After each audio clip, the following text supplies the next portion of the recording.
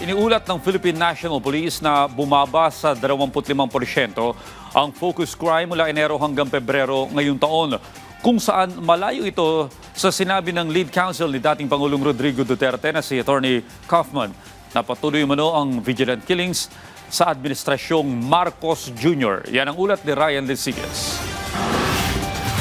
Tinabla ng Philippine National Police o PNP ang sinabi ng lead counsel ni dating Pangulong Rodrigo Duterte na si Attorney Nicolas Kaufman na nagpapatuloy ang vigilante killings sa ilalim ng administrasyon ni Pangulong Ferdinand R. Marcos Jr. Buwelta ni PNP Chief Police General Jose Melencio Nartates Jr. ilabas ang datos ng sinasabi nitong patayan. Git ang hepe ng pambansang pulisya, iniimbestigahan ng PNP ang bawat krimeng may nasasawi, anuman ang estado ng kaso. But for as long as the PNP concerned, every death is being investigated. Meaning whether it is on suspense or hindi pa na-solve, we are continuously solving that. Whether or not this is pertaining to illegal drugs. Sa confirmation of charges hearing sa ICC, sinabi ni Kaufman na patuloy ang pagpatay na kinasasangkutan ng mga state agents kahit matapos bumaba sa pwesto si Duterte.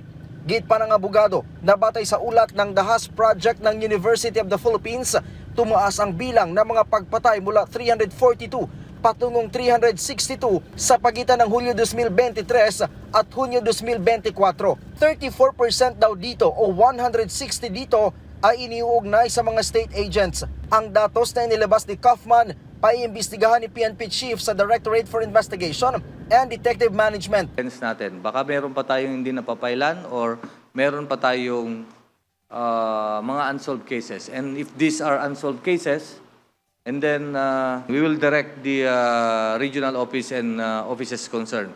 But for as long as data that involves police officers in a police operation resulting to death of personalities, especially involved in illegal drugs, ay merong corresponding investigation dyan.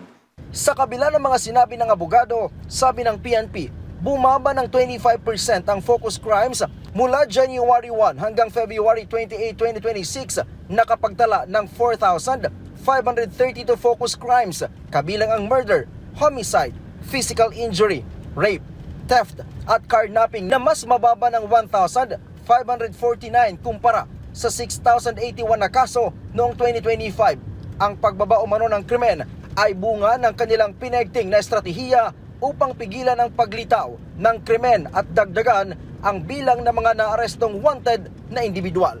The downtrend or pag-decrease ng occurrence of crimes, of course, is our patrol system is effective. So we will try to, kung ngayon 20%, 25% or 30% or 40%, kung pwedeng maging 50%, so be it, no?